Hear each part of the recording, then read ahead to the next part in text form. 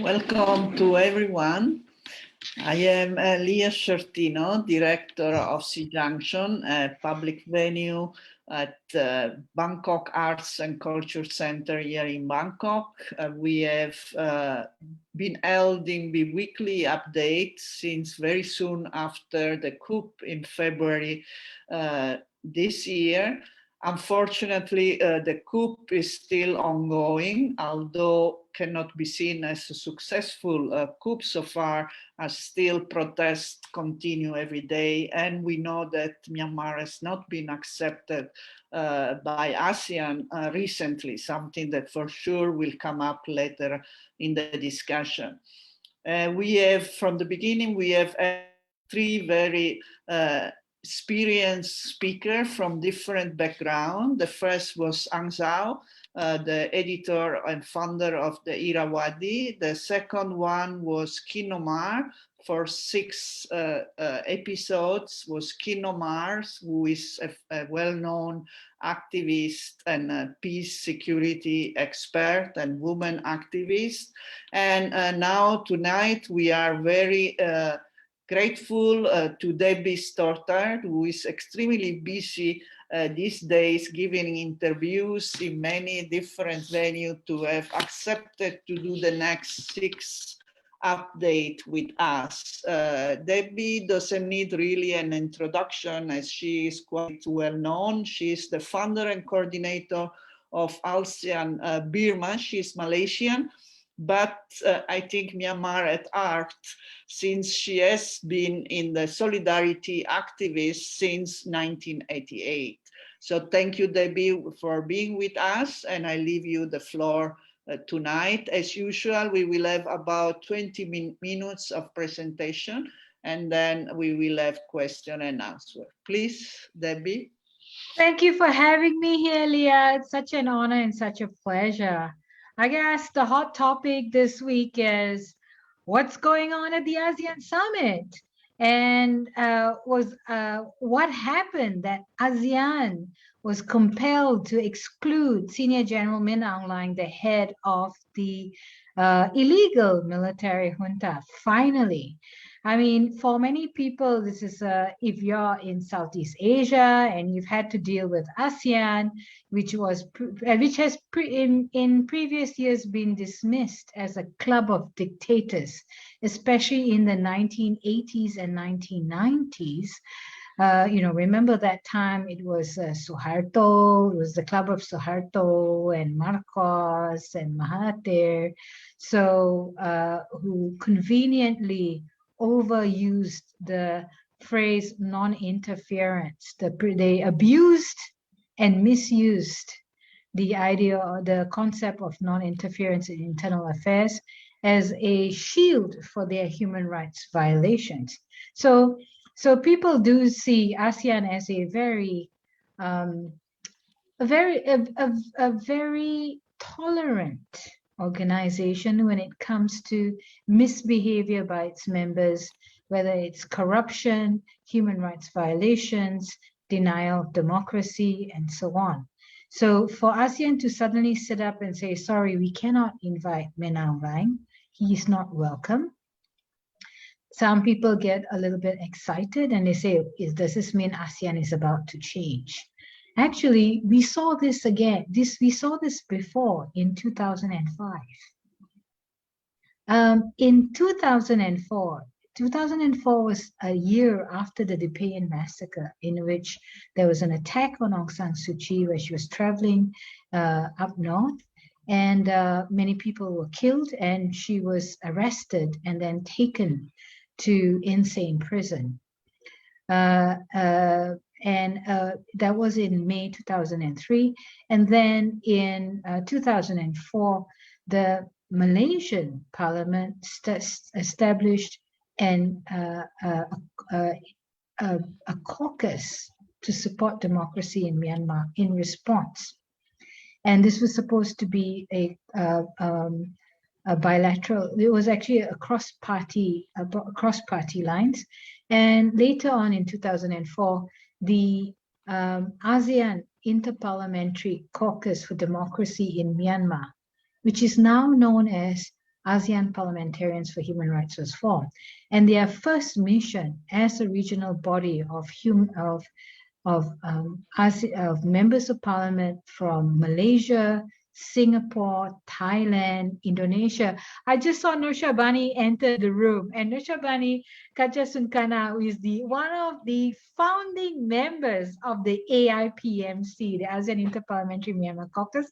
So we had her, we had members of parliament from the Philippines and even from Cambodia.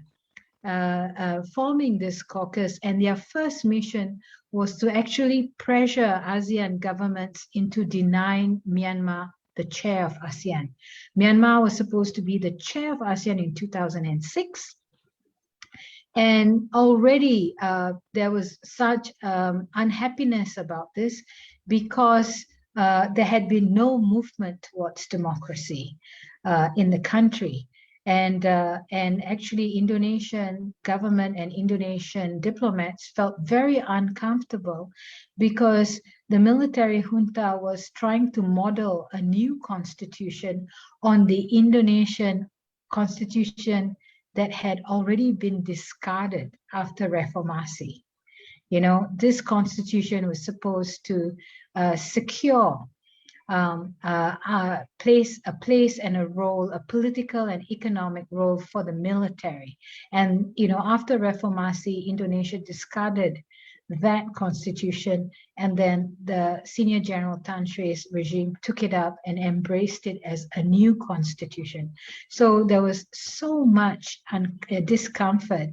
And this was the first mission to prevent Burma from chairing ASEAN in 2006.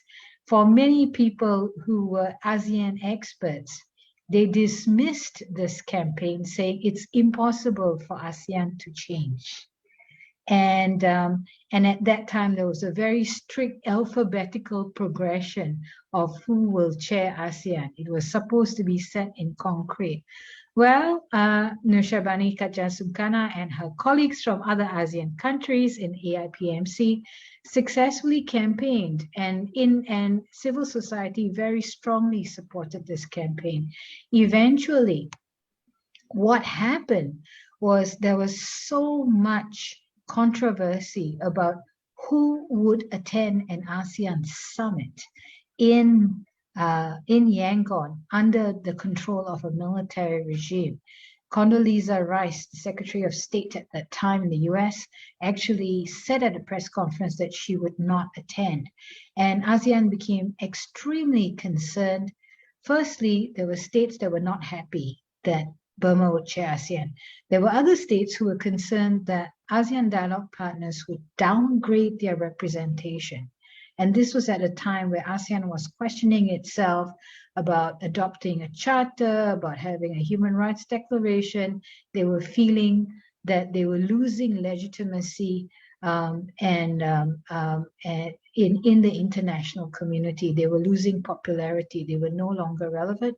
So they became extremely worried that Burma chairing ASEAN would be, would mean that ASEAN summits would no longer be respected or even popular, that there would be downgraded participants. So there was actually a huge amount of pressure.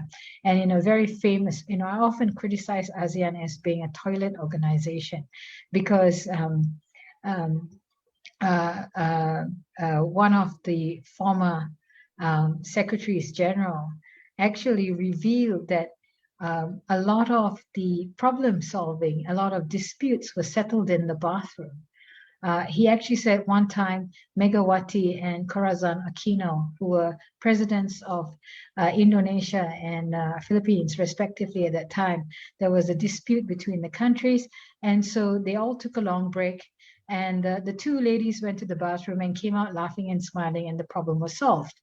But in this case, there was a toilet break, and the foreign minister of Singapore went to the bathroom, and the foreign minister of the military junta in Burma also went to the bathroom and said, well, I guess we have to make a decision. Myanmar will be too busy dealing with its referendum for a new constitution.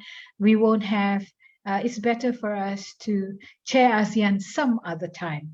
And so after the toilet break, both the foreign minister of Singapore and the military junta of Burma then walked out and announced their decision to the ASEAN ministers. So, you know, it's what happened this week is reminiscent of that.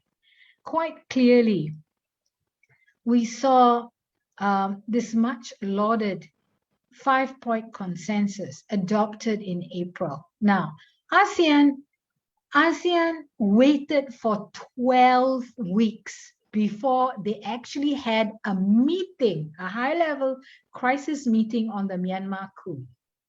And then they came up with this very weak, compromised 5-point consensus, which focused on a cessation of violence, the start of some type of dialogue process, and routing some kind of humanitarian assistance through the AHA Center, the ASEAN Humanitarian Agency.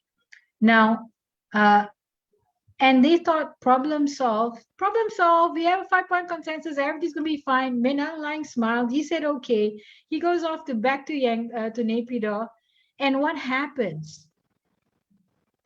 In the 12 weeks following the ASEAN 5-point consensus adoption. So we compared the number of conflict incidents that targeted civilians or failed to protect civilians. In the 12-week period after the consensus was adopted, we compared that data with the 12 weeks between the coup and the ASEAN meeting, before and after. Guess what we found? The number of violent incidents that affected and harmed civilians went up by 27%. What a slap in the face for ASEAN. Not even the military, Min Aung Hlaing, who smiled so nicely to them and seemed to be so cooperative, ended up not only did he fail to halt the violence, he actually increased the violence in the country. And with the news last week, and this is something that has also been, something that's been monitored, was the troop buildup heading mainly to the northwest of the country near the India border. But we also saw troop buildup in the north, in Kachin state, and the northeast around Karen state and Shan state, that people started warning, this is a very bad sign. This is a sign that the military is going to launch some very significant military offensive on these areas. And this was reminiscent of the troop buildup in Rakhine State in 2017. For those of us that recall, the UN Special Rapporteur at that time, Yang Hee Lee, actually publicly warned the international community, saying that there's a troop buildup in Rakhine State. This is in mid-2017. This is a very bad sign. It's very dangerous. And for those people who are engaged in atrocity prevention, they know already this is a dangerous indicator.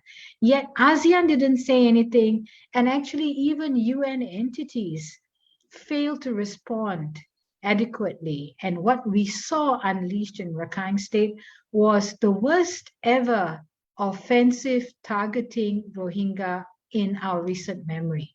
This was a genocidal campaign that sent 1 million Rohingya into Bangladesh. So now the UN experts are saying, hey, there's a troop buildup in the north, and it's reminiscent of what happened in Rakhine State in 2017. And this would have freaked out ASEAN. Not only did Min Aung Hlaing increase the violence, his junta is poised to inflict even more violence. About 10 days ago, Burma celebrated Tadinjut, which is the festival that marks the end of Buddhist Lent and marks the end of the rainy season. So the dry season, in the few weeks ahead, the dry season is traditionally the time that the military would launch a very big offensives, because dry season is the time that it's easier to do airstrikes, to move troops even more easily, and to move equipment. So ASEAN would have been quite worried that if they didn't send a strong message, they would be in trouble, because they had to do something to try and make sure the military junta moderated itself, held off on the offensive, and that offensive would have sent at least tens of thousands, if not more, will be sending tens of thousands, if not more, refugees into India, into China, and into Thailand. So ASEAN partners would also be affected by that. And we really cannot afford something like this happening when we are facing a COVID pandemic. So this is something that was quite important. And also, I think ASEAN became quite worried that if they invited Senior General Min Aung Hlaing, then there would be a number of dialogue partner representation that would be downgraded to the ASEAN Summit. So I think this is something that's quite important. It would have been a massive face-losing measure to embrace Min Aung Hlaing, who escalated violence and hasn't, instead of having dialogue with the NUG and the ethnic groups, the National Unity Government and the ethnic groups,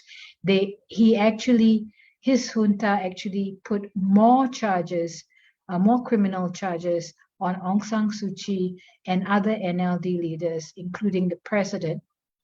Actually, now Aung San Suu Kyi is facing like 11 different charges. If convicted, she will be sentenced to about 100 years in prison, which is similar to what happened under the previous regime. We used to joke that the military regime, the Buddhist military regime, put such long jail sentences on people to make sure that not only did they have to be in jail for the rest of their lives, but they would also have to serve jail time in their next life when they were reincarnated.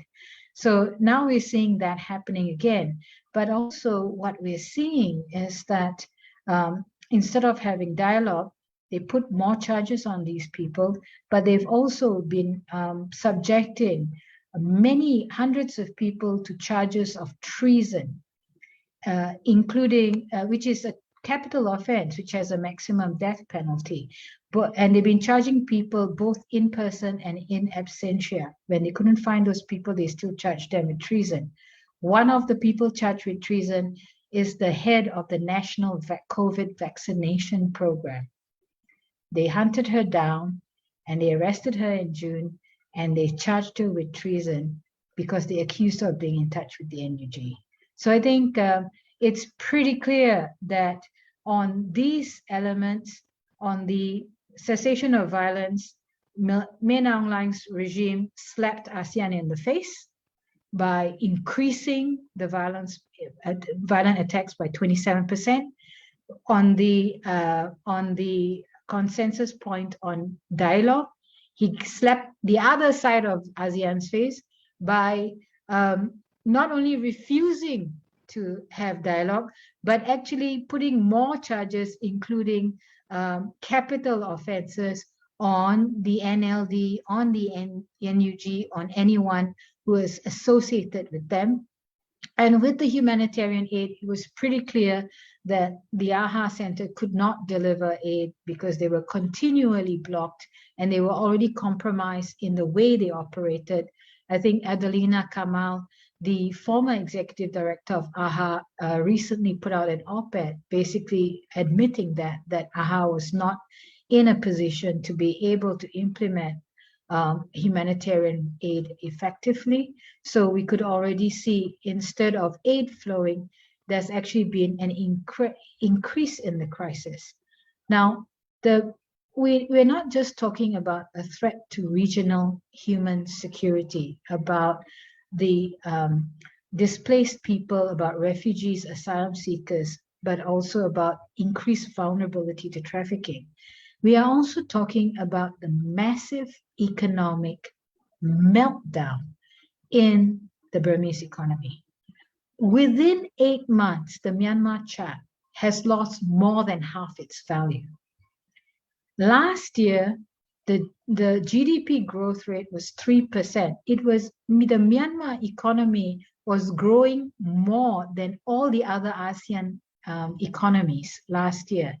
Now, the projection of the Asian Development Bank is that the economy will shrink this year by 18.4%. 80% of the banks in the country have been shut down. 80%. Okay. Now, Myanmar doesn't have that many bank branches. It's less than 3,000. But the population in smaller towns and rural areas depend on mobile apps to pay and transfer money, to make payments and transfer money. And 80% of the population use these mobile phone apps.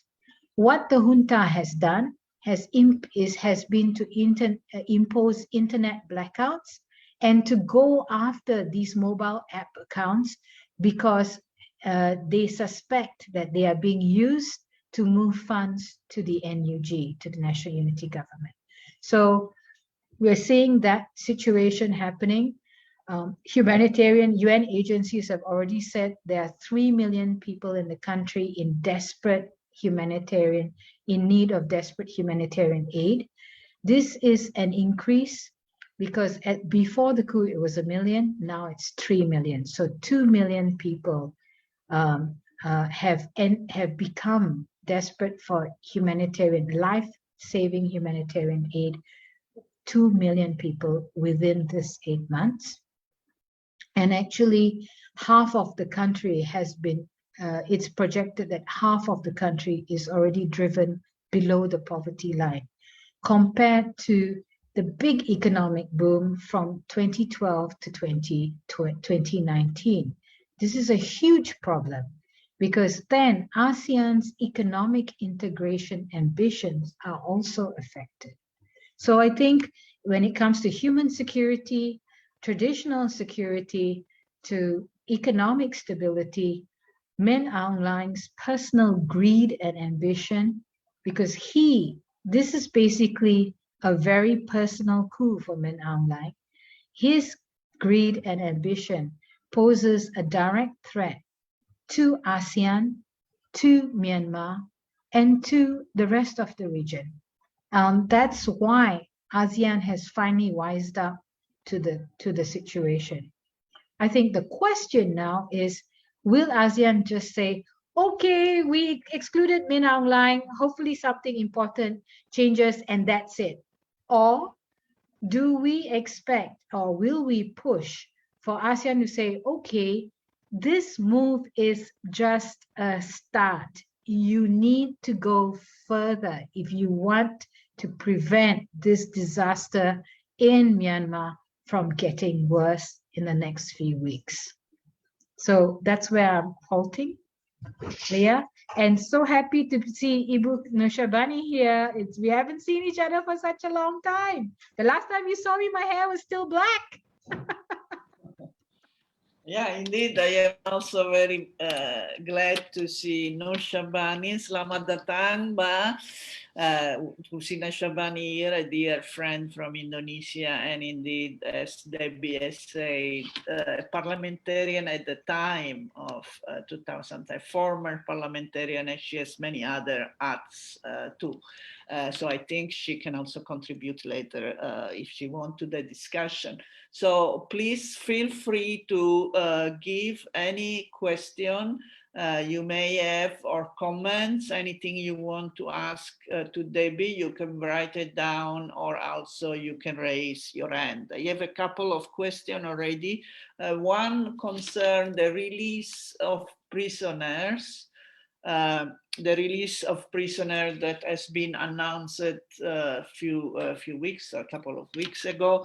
And if you know anything, as indeed these 5,000 people been released, if so, we know that some have been rearrested, but can you tell us more about this? And the second question relates to Myanmar migrants. They're called migrants who are arrested crossing the border to Thailand, and whether anything can be done. I mean, clearly maybe a mix of labor, economic reason, but for sure there are also political reasons for them to cross the border. Is anything that can be done to protect them? I think we start with these two questions, and this should give other, you don't see the question because the question go directly to the host, as I say, for security reason. Yes, please. Thank you for the questions. Now, you know, for the people who are concerned about environment, we used to say that the military junta of Burma, Myanmar is a very strong practitioner of recycling. They recycle political prisoners. We already seen that pattern. They release a whole bunch of prisoners, and mixed among some of them are a small group of political prisoners. And then those prisoners are sometimes almost rearrested almost immediately. This was a common tactic during the under General Thein Sein, who became the first so-called civilian prime minister, head of government. But this also happened with the previous military regimes of Burma, where, you know, in order to stave off international pressure, they have this mass release and then said some of them are political prisoners. The reality is that, as you're right, Leah, in saying that many people were rearrested. In fact, at least one person, a friend of mine, who was arrested earlier this year, she was released. Her name was announced as one of the detainees released, and we were so relieved. We were so concerned about her safety, but then almost immediately they said, "Well, don't be too happy. She's been rearrested again." So and this is what we are concerned about, because some of the high profile prisoners were released, like Tin Tin Aung. So far, she hasn't been rearrested, and we're very glad.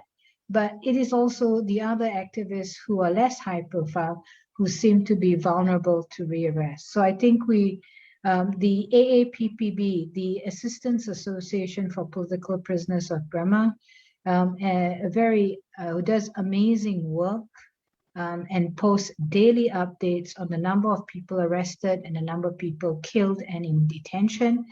They have already put out a statement on their website, basically condemning the lack of transparency over these releases. We already know that a number of people have died in prison from torture or maybe from COVID, but the official explanation in most cases by the authorities is that when a person dies in custody, they just say it's COVID, and then they do not allow the family to view the body or examine the body. So I think we really need to be aware of this. Now, with migrants crossing the border, the reality is that the border of Thailand and Myanmar is very long. It is in Thailand's interest to actually allow cross-border programs to resume. Let's not forget, in the 80s and 90s and before then, there was an effective and an ongoing cross-border humanitarian aid program that also not only benefited communities who were routinely displaced on the Thai-Burmese border, it also benefited Thailand. So if we are going to look at the mass movements of people fleeing war, fleeing starvation, then we need to allow cross-border humanitarian assistance to start, and in order to allow people some human security, some access to food, to shelter, and to safety. If we don't, then whether you like it or not, there's not going to be enough security forces on the Thai side to hold back the whole, to stop people from crossing over. We also need to make sure that that humanitarian assistance involves COVID vaccination program. Last week, US Ambassador Derek Chollet came, he's in the region for the ASEAN meeting, but he came to Thailand and finally secured agreement from the Thai authorities for such a cross-border aid program. And we hope that that will start without delay. Thailand, as it starts to recover from COVID and starts to rebuild the economy, is definitely going to need migrant labor. That is without a doubt, that's just a fact.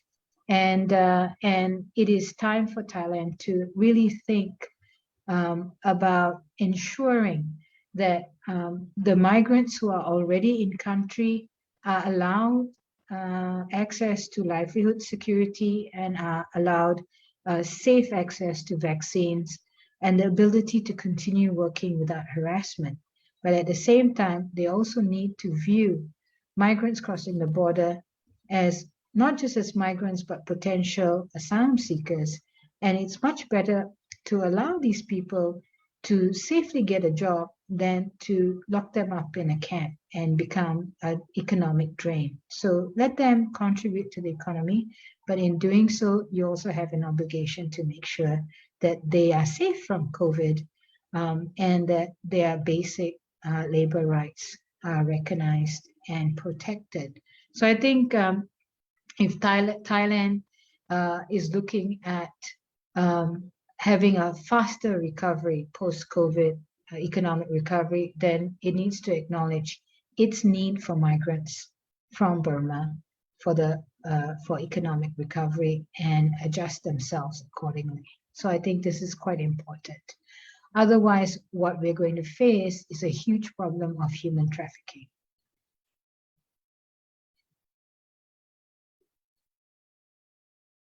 Okay, I think, okay, she's back here. Oh, you're mute, hold on.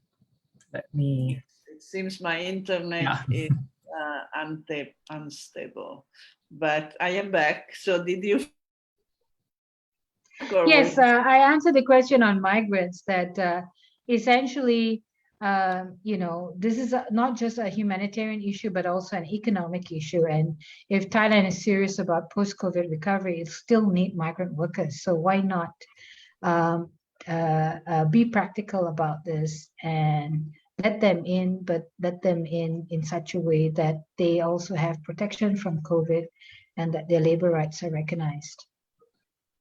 Otherwise, we're going to see the criminalization of people leaving Burma and coming to Thailand is just going to make matters worse because it will drive people further underground.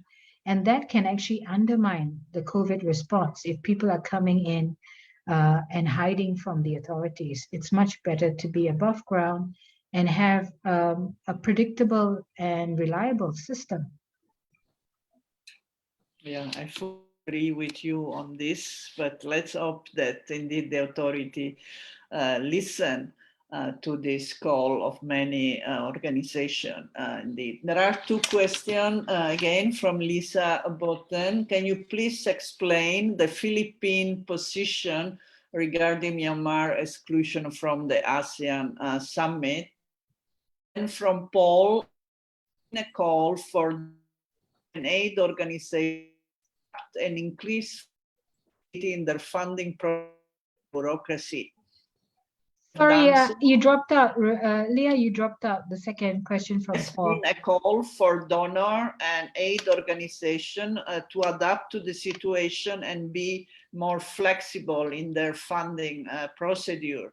Some have done so, but many have not done so. How can they be pushed to be more flexible, basically, and make sure this I am adding now, and making sure that it reaches the people in the wrong end. Hi, Lisa. Hi, Hi, Lisa. Nice to see you here, and thanks for the question. Unfortunately, I don't have an answer for you. I haven't been paying attention to the Philippines at this point. Maybe Lisa can tell us what are Yeah. you referring to, Lisa? You may want to. She can't unmute, I think. I think Bom has to unmute her. Can you unmute, Lisa? Yeah. I was just curious. It sort of seems that they've done kind of a 180 degrees, and I just wondered if you could help explain that, but you know, it's okay if you can't. It's Duterte. What do you expect? The guy has committed crimes against humanity with this mass extrajudicial killings. I know, but right now he's on the side of keeping them out, of keeping Men Online out of the summit. That's what I don't understand. Because it's a chance for him to save his image. Okay, and they have an election coming up, right? So maybe that's yes. ASEAN has this really horrible habit. It's the not as bad as. So it says like, oh, corruption is bad in this country, in our country, but not as bad as the Cambodia. Or traffic is really bad in Malaysia, in Bangkok, but not as bad as Manila. So they like to have someone worse than them, so they can say we are not as bad as them. So Duterte is probably quite happy. A lot of people are quite relieved. They say, well, yeah, we have a problem, but we're not as bad as Myanmar. Maybe it's also a response to the Peace Prize, right? Well, yeah, let's see what, who knows? We'll see what happens. I mean, Duterte is a rather, he's a rather, how do I say? I would say unstable, but yeah, he can swing from one end of the spectrum to another within a heartbeat. So sometimes it's hard to tell what he's thinking. Yeah, he's quite mercurial. So who knows? Who knows? But I think when we look at what's happening in the region now, it's as though we've gone back 20 years in many respects. So we're wiser, we're more experienced, we can see the signs and we know what to do. But we've aged, so our bodies don't move that fast. Going back to aid. Hi, Paul. Nice to see you here. Yeah, I think we really need to. Sometimes I don't know. Some of the agencies seem to think it's just a matter of let's not be so harsh and maintain our presence in the country. So the presence in the country is more important than actually being able to do anything. So I think, some of the agencies are treading a fine line. And then there are some donors who, I don't know, some donors have already been so hard to deal with because of COVID.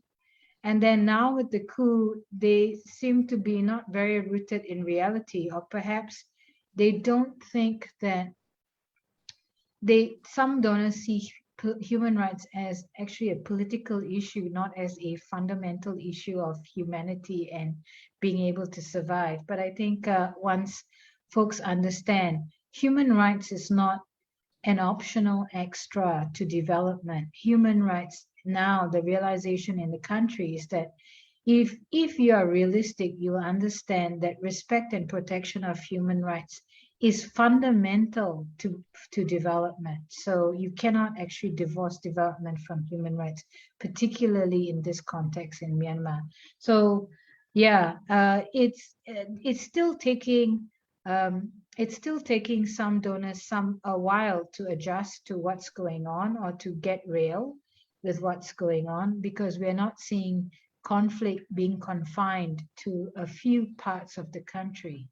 The statistics and the data is telling us that you are not safe anywhere in the country. You could be in Sanchang, the very nice, comfortable middle-class suburb of Yangon, but people can actually be shot by the military there. So, you know, you could be anywhere and you'd still be in danger. So I think it has been tough. And also in a situation where the military has made transfer of money extremely difficult. They're going after mobile phone apps. They are monitoring and surveilling, you know, for donors to actually say, we want a receipt, we want this documentation, etc. It seems to be unrealistic to impose those kinds of conditions. And I think one of the other things realistically that we're going to have to grapple with is the fact that many of our colleagues are either involved with or support the People's Defense Forces, the PDF. And while most of us do have a policy of supporting nonviolence, the reality is that in the face of this devastating violence from the military, where civilian communities are subjected to airstrikes, where the military could even put your town under siege and not even allow water, let alone food and medicine to arrive in your town, where people are actually dying of malnutrition and starvation because they're under siege, then, you know, you cannot say, no, we can't work with you because you support PDF. The reality is that people still deserve a fundamental right to self-defense amidst this violence. So I think some of these issues are realities that we need to grapple with. Didn't really answer your question, Paul, just part of it.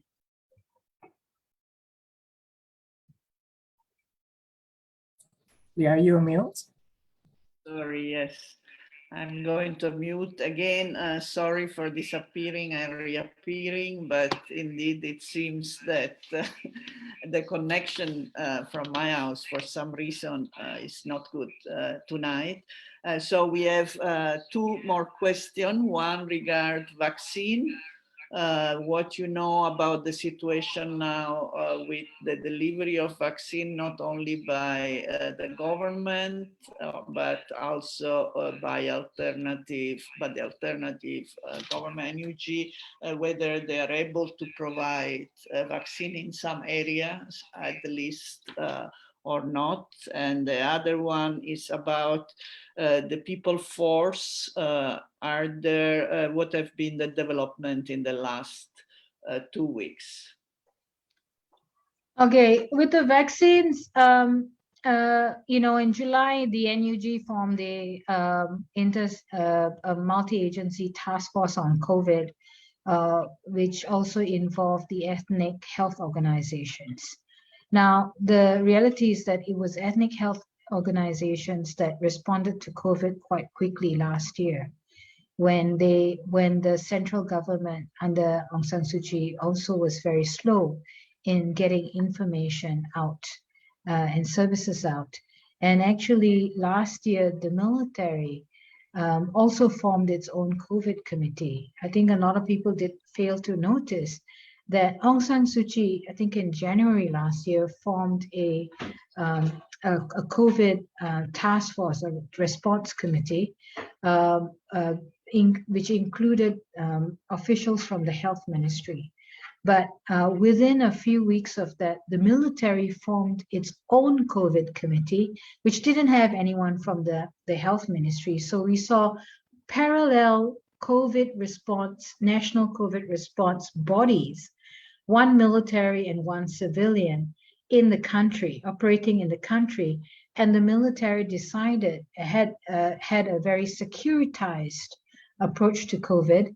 And we saw them actually attacking and forcibly dismantling COVID checkpoint, COVID information and temperature screening checkpoints set up by ethnic health organizations who were not receiving any assistance from the central government.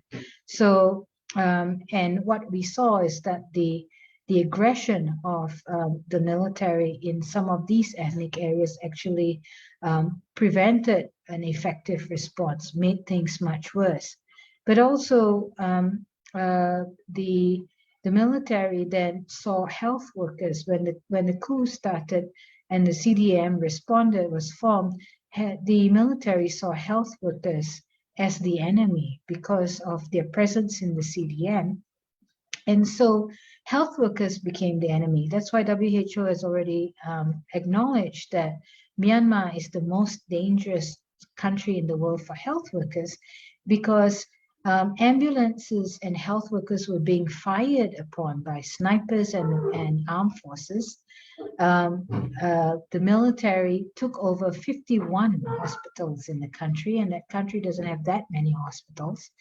Then also the military then started posing as health workers and started commandeering ambulances to enter into communities to launch attacks, which is actually a very obvious violation of the Geneva Convention. These are war crimes that they've been performing.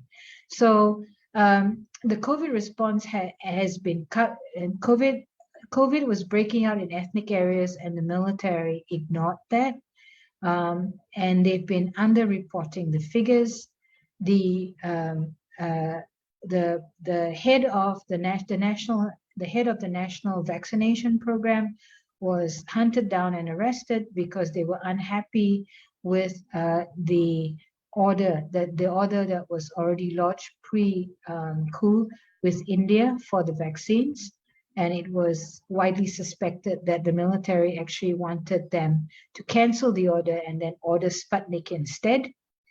But even then, you could throw 100 million vaccine doses to Naypyidaw and it still wouldn't be delivered because they just don't have the competence and capacity to do so. But also public trust in services of the commanded by the military is very low, and more than 50% of the population surveyed have already said that they will refuse to take a vaccination from the junta. What we've seen is some vaccination programs taking place near the Indian border, but also in Kachin and Shan State near the China border. It's been interesting because the China Red Cross has been delivering vaccinations in those border areas apparently without seeking authorization from the military junta. Local armed groups and population have been cooperating in the vaccination program of China Red Cross. And actually some of the armed groups are happy to have China Red Cross there because they know that the military junta will not dare to launch airstrikes in areas where the China Red Cross is present.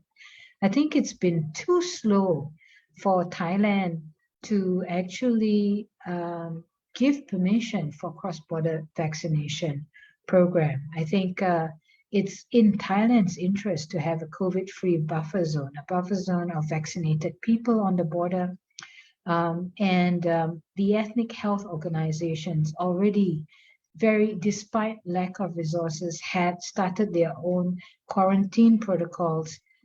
They have a track record of responding to health crises, and they are absolutely willing to deliver those vaccines. So the case is Thailand saying yes, and international agencies, including the CDC and other agencies, delivering the vaccines to be administered across the border. So with the PDF, the People's Defense Force, I mean, what's happened is quite, I think, quite shocking to a certain extent because, in the days of the military offensives in ethnic areas, for example, in Karen State, and Lisa would know this historically, when the Tatmadaw entered Karen State in Karen villages, they would go after the local head person and the local teacher. They would demand for those people to be produced, and very often the head man in those days would be tortured or even killed, to the point where in some some villages, some communities in Karen State, the local head person eventually became a woman because it was too dangerous for men to occupy the role. So in a reversal now, we're seeing that the military junta's local administrators have been targeted for violence and assassination in apparent retaliation for the military junta's violence on civilians. So many people are even afraid to take up the role of the local administrator under the junta. And we've seen also, there's a problem with people who take up arms, and I'll tell you why. Not many people who take up arms have human rights principles in their heart. But, and once people start getting used to killing others, it's quite hard to stop. It's quite hard to say, okay, let's stop. And now we're going to go in a political path. So everybody hide your guns and forget you ever killed anybody.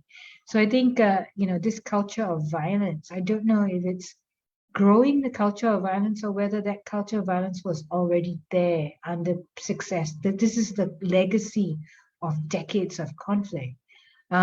What has been the saving grace is that the NUG very early on issued codes of conduct for the PDF, the People's Defense Force, and militias that are loyal to them. So they actually wanted to make sure that we didn't end up spawning a mirror version of the military. So I think that's absolutely important, that we cannot respond to massacres by the military regime with massacres by the PDF, and there has to be some restraint and compliance with international standards of behavior in situations of conflict. So I think we do need to support and to actually ensure that we avoid the kind of brutality that the military has become famous for.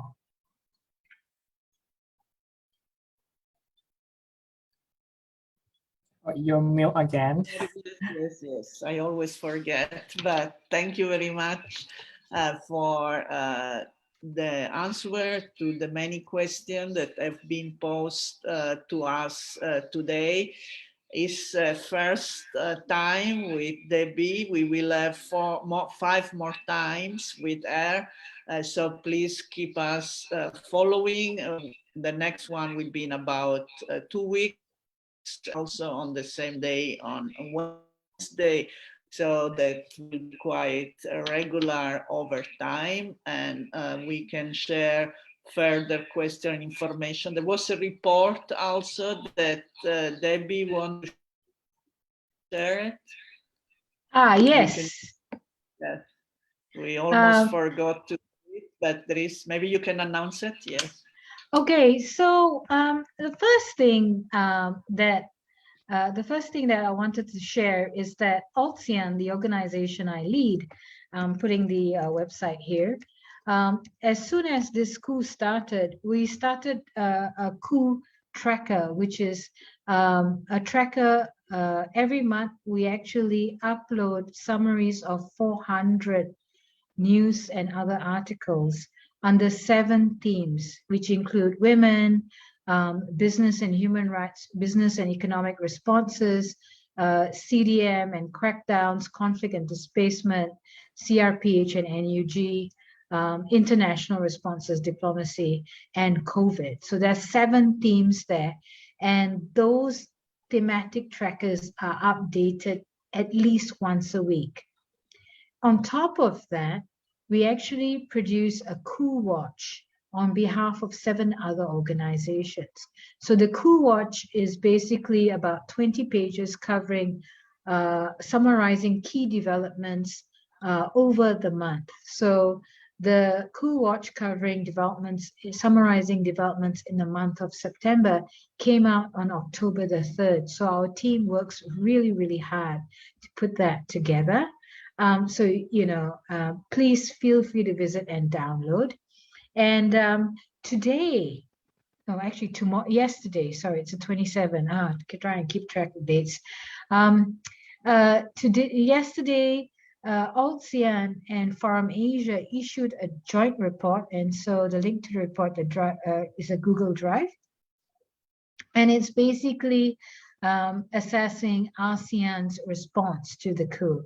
And so that's another resource that you might want to look at. And it actually has all that data about the details about the it's an 11-page overview. And it actually has all that data about how violence rose by 27% after the ASEAN 5-point consensus. So that's where we're at. I think some of you know me. You can find me on Facebook and Twitter. If you if you have any requests, send it to me, and then I will try to incorporate that in advance for the next session in 2 weeks' time, same place, in a fortnight. This is a very good way of ending our session. We have the slogan for the first time. We have the slogan, the same day, the same time. There is also one moment, because I see, I will not mention the name, but just to tell you that there is a CDM medical doctor,